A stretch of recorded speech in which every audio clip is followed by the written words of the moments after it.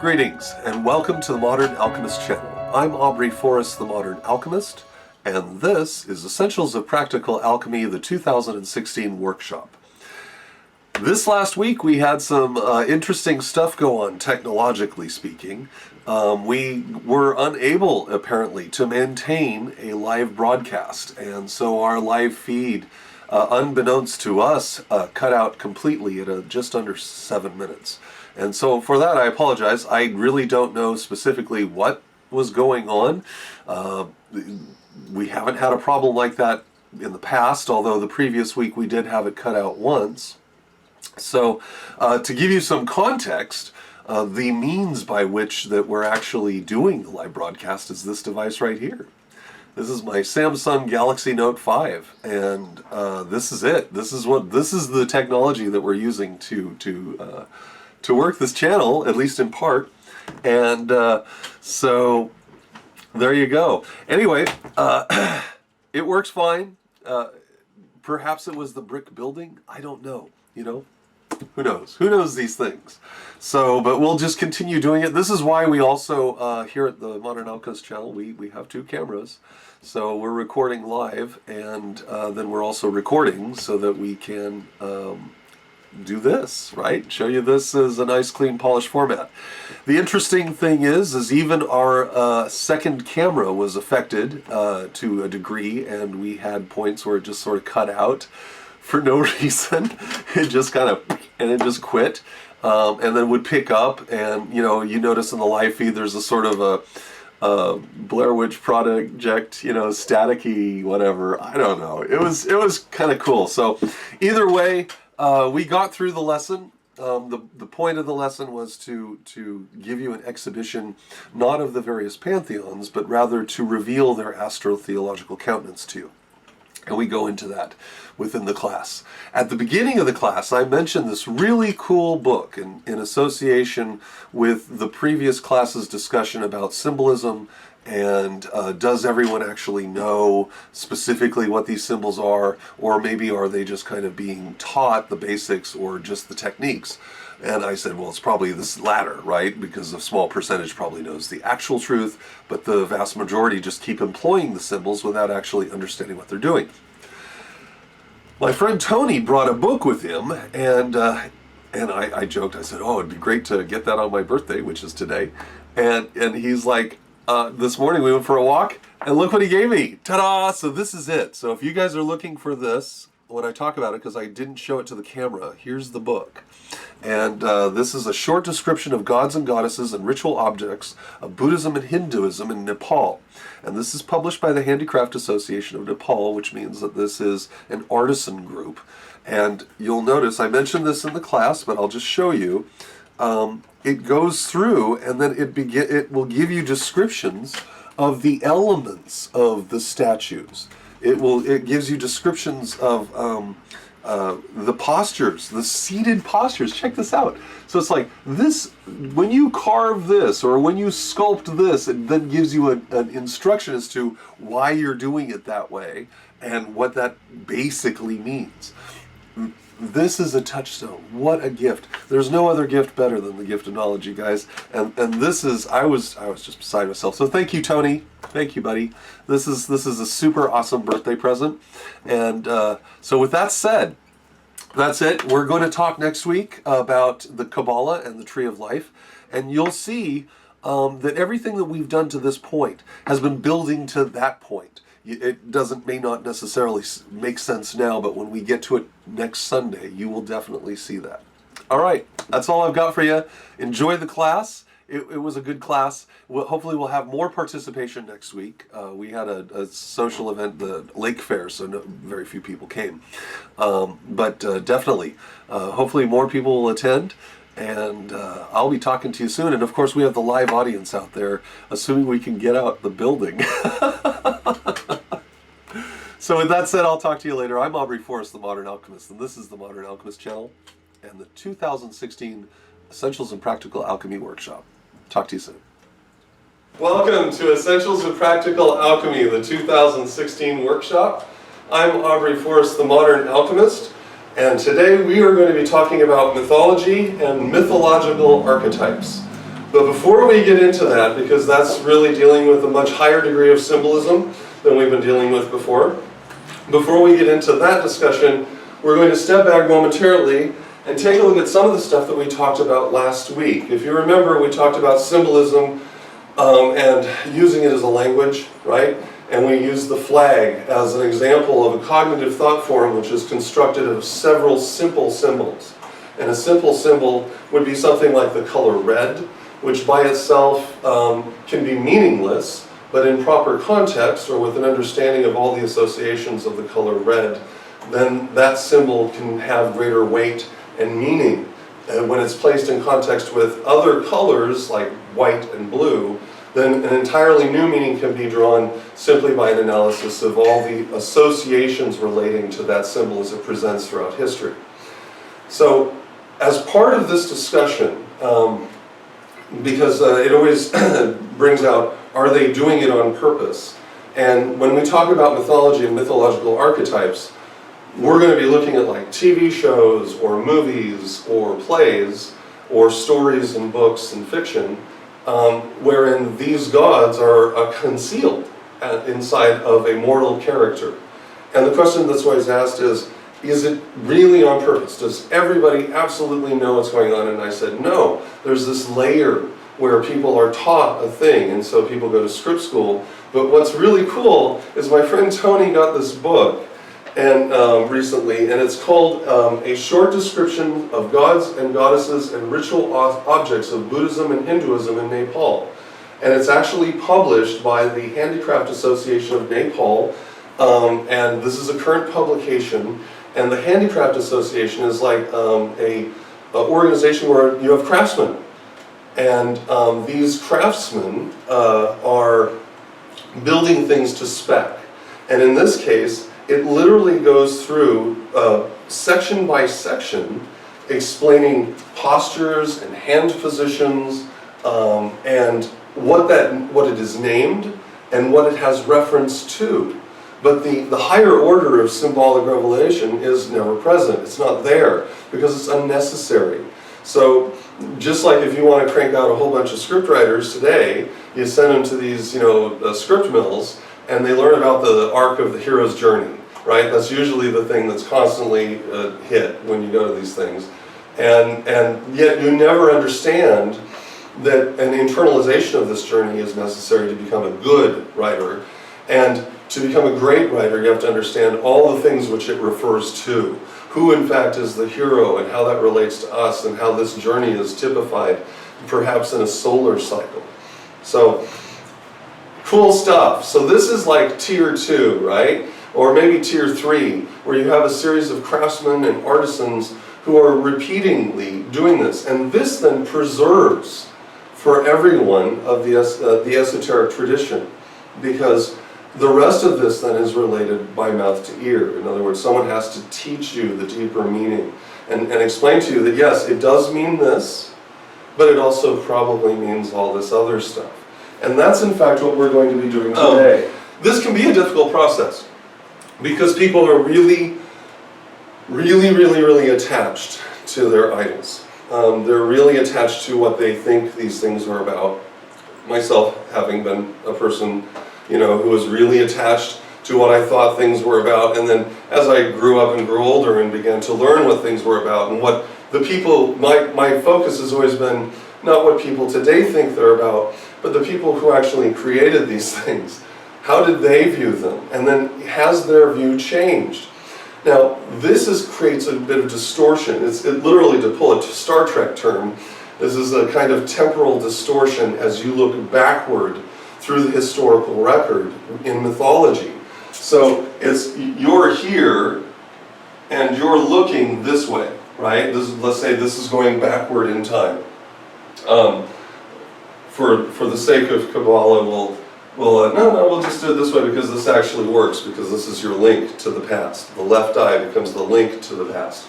The right eye is your link to the future and the capacity to have a sense of the present. You need both. This becomes the eye which sees the present, okay? And that's the difference. Open this and you see the now. things stop. It's pretty remarkable. But we'll talk about that later in a different class. For now, so this is your right eye, and you're looking to the past. But as you're looking, there's all these different layers of history that are standing in the way. So as you're looking back into the historical record, you're going to see that these gods transition and change. Their duties might actually change, and their appearance might actually change. It depends on which part in history you're looking at and what is specifically being represented as the god Osiris or other gods are passing along. So, without further ado, we need to be able to understand who these guys are. And from my standpoint, I believe that our ancestors were considerably more sophisticated than we give them credit. So when they sat down and prayed or gave offerings to Zeus or Poseidon or Prometheus, or if they knelt at the feet of Ganesh, I believe because they were living in a world which was fundamentally different in its overall perspective, that they recognized these gods weren't so much about what's going on here on earth as a presentation of the story that's taking place in the heavens above us. So every time we looked up in the sky, we were watching their play out. And this play then is exhibited throughout the course of any sacred writing that you happen to reveal that deals with the congress of supernatural beings or entities or beings of greater consciousness. Now I have a separate video which discusses in greater detail what a being of greater consciousness is. And specifically, it's a presentation of scale and the one's capacity to apprehend or understand reality. So, Tony, if you could really, come here, buddy. Come here, it's time to show off. Come on, buddy. Yep. All right, so here's an apt syllogism for you. I know he hates being in front of the camera. Come on. All right, so this is my buddy Rudy. And I've known him forever, literally, because I was there when he came out. And the idea is Rudy I consider a very intelligent being. He's capable of communicating to me a wide range of cognitive states. He's playful, he gets apprehensive, he has everything that I experience, and I respect Rudy very much for that. So we won't keep him in front of the camera because you totally don't like having the camera in front of you. So, but Rudy, in spite of how intelligent and awesome he is, he still has issues with the vacuum cleaner, and he still has issues with really much understanding electric universe physics or art or anything like that. And it's because his apprehension of the universe is a bit more fundamental than mine. Mine's more abstract. Well, then, as I am a being of greater consciousness to Rudy, so too there are beings of greater consciousness than human consciousness to ourselves. And in an infinite universe, I'm fairly certain I stand on really solid ground when I say there's definitely got to be more people out there smarter than human beings. So, for sure. So we're not the end-all be-all, but we definitely are smarter than the average bear, and we definitely have ways of expressing our conscious states between ourselves and between other people, and between our environment. So that is the discussion of being of greater consciousness. When our ancestors looked up into the sky, the presentation of the heavens was dramatically different. Scriptural accounts basically always indicate that we lived either with or among the gods, and the gods as we understand today are presented still today. In fact, we use a presentation of the gods today literally every single day of the week, every day of the year. And we do this with the days of the week. So Sunday is literally sun day, which day in Latin is D-E-I, same pronunciation. So this is the sun god. Monday is moon god, right? Tuesday, this is where Latin is helpful. That's Mardi, so that's Mars. Mardi, so that's Mars god, right? Wednesday, Latin is helpful again, because that's Mercredi. Boy, my mouth got dry all of a sudden. So Wednesday is Mercury, which is Mercury. And Thursday, this is Jeudi, again in French, which is Jupiter Day. Friday, again French is helpful, it's Vendredi, which is Venus Day. And then Saturday is Saturn. I literally taken just from the word Saturn. So Sunday is the sun god, Moon Day is the moon god, Tuesday is the Mars god, Wednesday is Mercury, which of course is beautiful because Mercury, right? Between Saturn and the sun, Mercury literally presents like that. So it's ideal to have in the middle of the week, which is why the Germans call it Mittwoch, right? Middle of the week. So here's Mercury right in the middle, presenting a negative aspect down, and if I actually present this, we would be going right to left, like that, right? Sunday to Saturday. So then if I'm looking at it, I'm seeing the week as it presents. If I'm walking through the week, literally through the board, so through the week, then Sunday presents on the left and Saturday on the right. So Kabbalistically, when I read from left to right, I'm seeing a projection of consciousness from the cosmos being transmitted this way into the stasis of mortality, which is Saturn or Binah, Chokmah to Binah. Remember, the sun facilitates itself as an agent for Chokmah, since Chokmah is a cosmic presence, so it does this dual role. So every day of the week, we are using these gods, and there are 7 of them. That's it. In astrology, this is your core pantheon. And to be able to break this down and actually see it, regardless of which pantheon you're looking at, what is going on, you get the greater picture. But you have to realize that our ancestors were not making stuff up. I mean, they were, but they weren't making up like this drama for the sake of some existential exercise. They were doing it to, one, create a history so that that would be transmitted and preserved for their ancestry. And they were doing it as a way of explanation to themselves and to everyone around us. This is what we are seeing. And so when we tell you later to do these symbolic acts, it's in remembrance of the thing that we witnessed. So that is the core of what you strive for as an alchemist. We literally are Dorothy meeting the Wizard of Oz and enticing Toto to get over there and pull the curtain away, because we want to see the countenance of our gods. And for you to make something of practical use, and keep in mind that the term practical within the community of the esoteric is one wherein it means it's of use. It could be akin to magic. It's something where consciously you are trying to apply your knowledge so that you can affect change. The first and most important change that you want to affect as an alchemist is to affect a change in your own conscious state, so that you have a degree of facility, if not control, or management over your conscious state and what you want to do when you want to do it, instead of being slave to your ego and to your physical framework.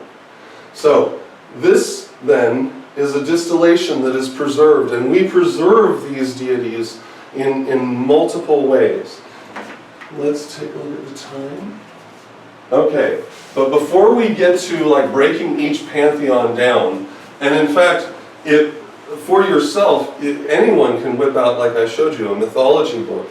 The key to those books is that you need to learn the stories. You need to make these stories personal. Every person from whom I have ever drawn my greatest wisdom with regard to the esoteric, whether it is with regard to the meditation or contemplation of a statue of a god, or the Buddha, or of any other deity, it is that will not mean anything to you until you become that statue. It's like golf, right? You become a golf ball.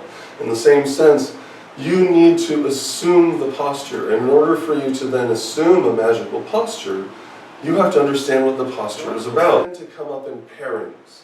And it's important to understand that as a planetary body, these gods, when they are a husband-wife pairing, will be one of two things.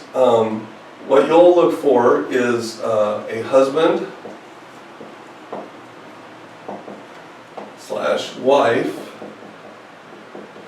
who is also a brother / sister.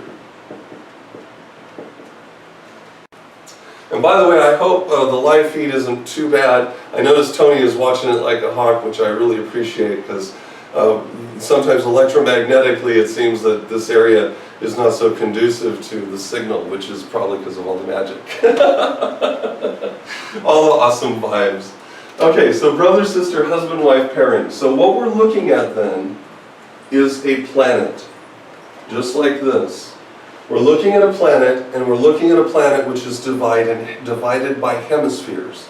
And the key that you can use to decipher every esoteric principle that might confound you, like this one here, is to simply use your own body and recognize that from the heart up, okay, as your energy comes in like this, so too your hands are literally built to feed you physically. So this energy then is coming like this, and it's coming in, and you're consuming. So this is negative feminine receptive. It's negative passive feminine receptive. Yes, I know that you're actively eating, but the idea is that once it's in here, in past your mouth, it becomes part of you and it's simply moved all the way down. It's just part of the energetic flow. From the heart down, it's masculine active projective. So when you're looking at a planet, the energy literally goes like this. It comes up, and it goes down. And yes, I know it is coaxial, so the energy does have some reverse flow, but ultimately it begins to look a little bit like an avocado or a peach, right? Where the center point is that center point of electromagnetic confluence. And then coming from here and working its way out, this is masculine active projective. And of course, everything about your body from below the heart down is masculine active projective, meaning that you run and you move from place to place, right? Your arms don't really take you from place to place. You're not physically designed for that. You have to accommodate it with some other machine. But your feet, they run you around, right? They perform your journey. So this then becomes the human body. Things come in here, so at the top, this is feminine, and down here is masculine. Or perhaps, again, keeping with some, that's woman and this is man. So when you're looking at a husband-wife, brother-sister combination, then this would be Sarah and Abraham. Or this would be Hera and Zeus. Or this would be, if we were talking about the planet Saturn, then this would be Isis and Osiris. So when Osiris is slain, the masculine generative capacity of that star became receptive. It winked out. It no longer had the juice flowing through it enough to where it was able to project, and project only. This is why, for instance, the sun has no reflection, right? It doesn't reflect any light. The sun projects light, and all the bodies which surround it reflect light. So, and the earth being one of them. So, at the center then, this feature, right, husband, wife, brother, sister. Is that making sense out there, online, everyone? Okay. This also explains, and these are always unproductive, meaning they can't generate children, which is why you don't see Zeus and Hera making babies, but Zeus is this extraordinary philanderer who's going around, and he's constantly making babies because it's a description of Jupiter as a masculine projected body, solar body. So at one point, literally, and this is some of that esoteric embedding that you see everywhere. At one point, we had the sun here, and we had Jupiter, and we had Saturn, and essentially we had a presentation of three stellar bodies. Three stars, which tri-star picture, right? And of course the tri-star picture is this big Pegasus moving out of a starburst.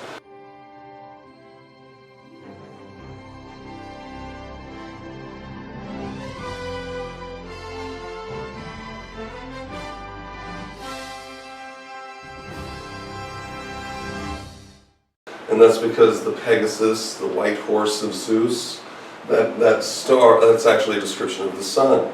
And then the feathery wings are what the corona looks like during eclipse.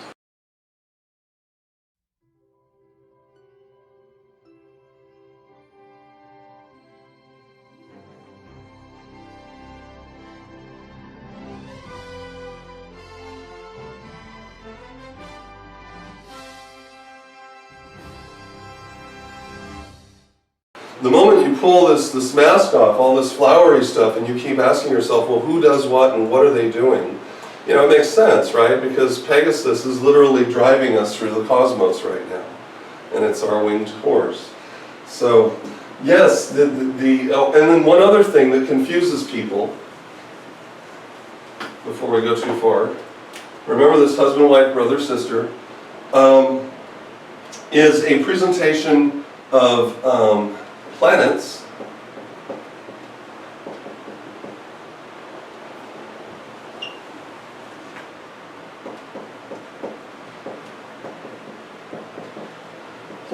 versus constellations. Planets versus constellations. Everything written from just prior to the Common Era, and certainly at the Common Era, our direction forward, is looking at the telling of stories relative to our solar system's movement, or specifically the sun's motion, through various constellations. Prior to that period, when the sun was not the only show in town, when Saturn and Jupiter were still effectively players, the discussion then of planets has to do with the wanderers. And the term planet is a Greek term which means wanderer. And what's funny about that is that this is literally the opposite definition of what a planet is in astronomy, because in astronomy there are some real specific criteria, and the one is that it's not wandering, that it's cleaned up its orbital path of debris, and that everything is stable. So in astrology, a wanderer or a planet is a discussion of something that's moving around, wandering, trying to find its place and going on the hero's journey. After the Common Era, the discussion of planets changes, it transitions, and we're no longer looking at how they wander and interact with each other, but how their wanderings are visualized relative to the canopy which is behind them. So if I were a planet, everything behind me or to my sides could be considered constellations, and therefore they frame me into a certain meaning or context.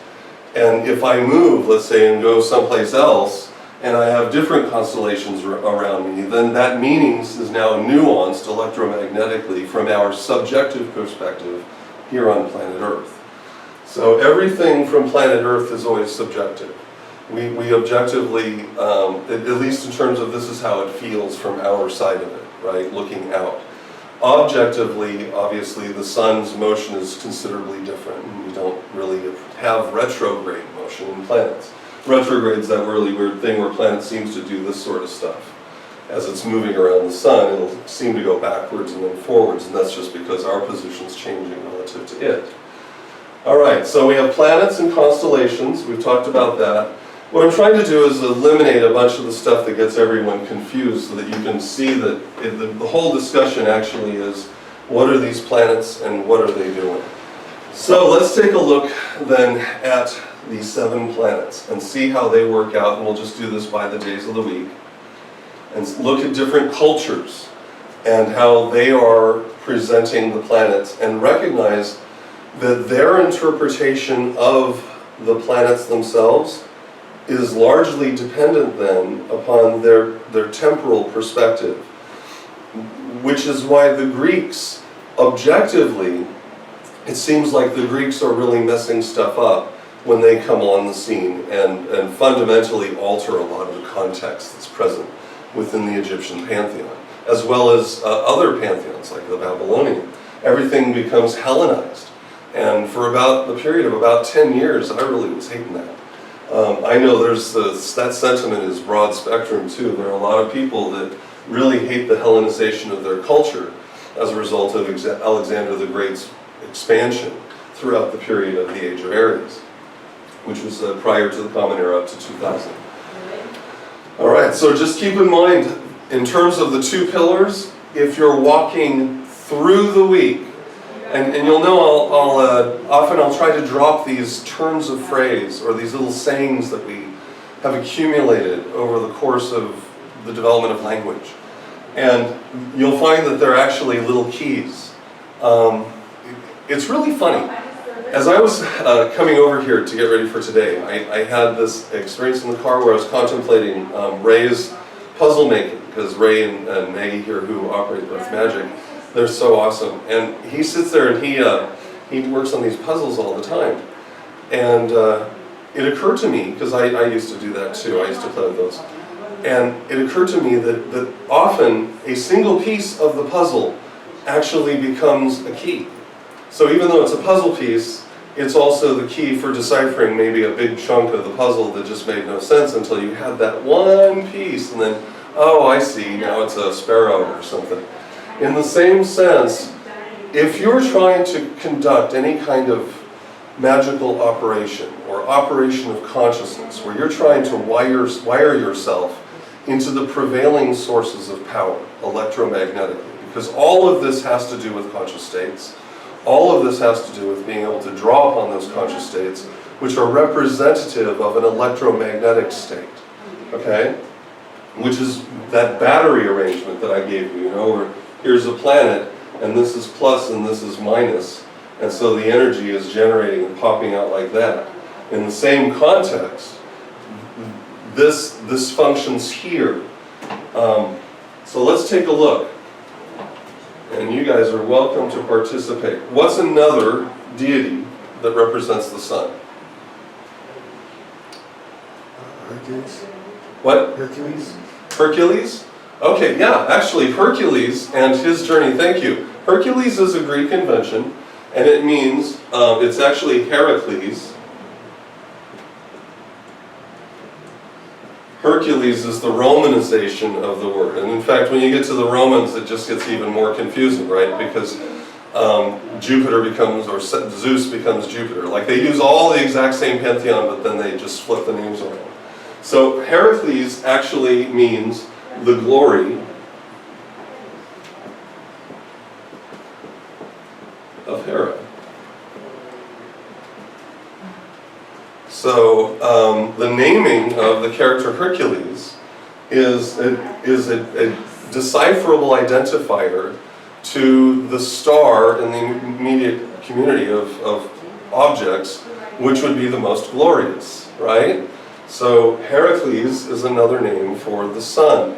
Hercules, or Heracles' 12 labors, is literally him working his way around the zodiac. So, his fighting the Hydra, it's in Gemini, getting the big lion, that's obviously in Leo, taking care of the virgin and the baby, that's obviously in Virgo.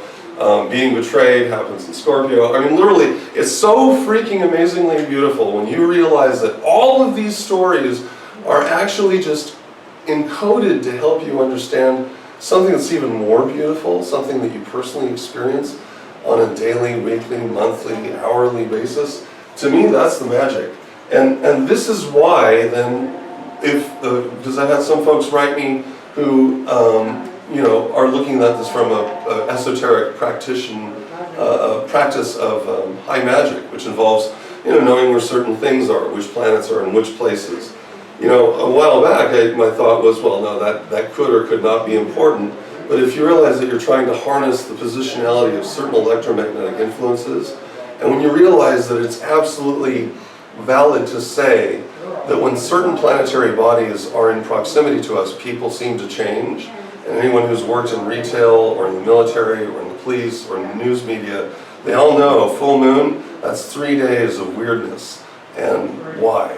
Why would that be, other than the fact that the moon has an extraordinarily powerful electromagnetic draw on all of us here, and that powerful ability to conduct electromagnetism is then reflected in the metal which is used to describe the moon, which is silver. Silver is a much better conductor than copper for electricity. So, and it's a great example then of we as electromagnetic bodies being influenced directly by a larger electromagnetic body that's associated with a god or a goddess, depending on which culture you're looking at. Ultimately, the idea here, and what I've been trying to do, is pattern this for you, so that you will be able to use some of these tools to deconstruct these mythologies and give you a higher degree of contact with whatever source or power that you might be trying to draw upon for your betterment, for your health, for your peace of mind, so that you become more creative. The key is to recognizing that these things were created to preserve a history which is important to you on a level which exceeds just general basic temporal history stuff, like knowing what happened in 1492. You know, this kind of history relates to why you have the issues you might have, why we as a human race have gone through so much war and are moving into an age of peace. That's what this is about. So understanding these mythologies will give you greater understanding of and application of them, like not just today, but every day, as you see. And every day then can become a meditation on that. So you can meditate not just on where the sun is particularly, not where the planets are relative to where the sun is now, but also where you are in the day of the week, you know, what day of the week you are. All right, that's it. I got no more for you. I will be back next week, and we'll be covering more essentials in practical alchemy. I can't remember off the top of my head what we're covering. So I'll post it up here. Beauty post-production. Thank you, online community. It's been real quiet here in Olympia because we have Lake Fair, so not so many. We have a few faithful souls in here, and I really love you guys for it. And but you guys stay faithful out there, and I'll keep producing stuff for you. I'm Aubrey Forrest, the Modern Alchemist, and this is Essentials of Practical Alchemy 2016. See you later.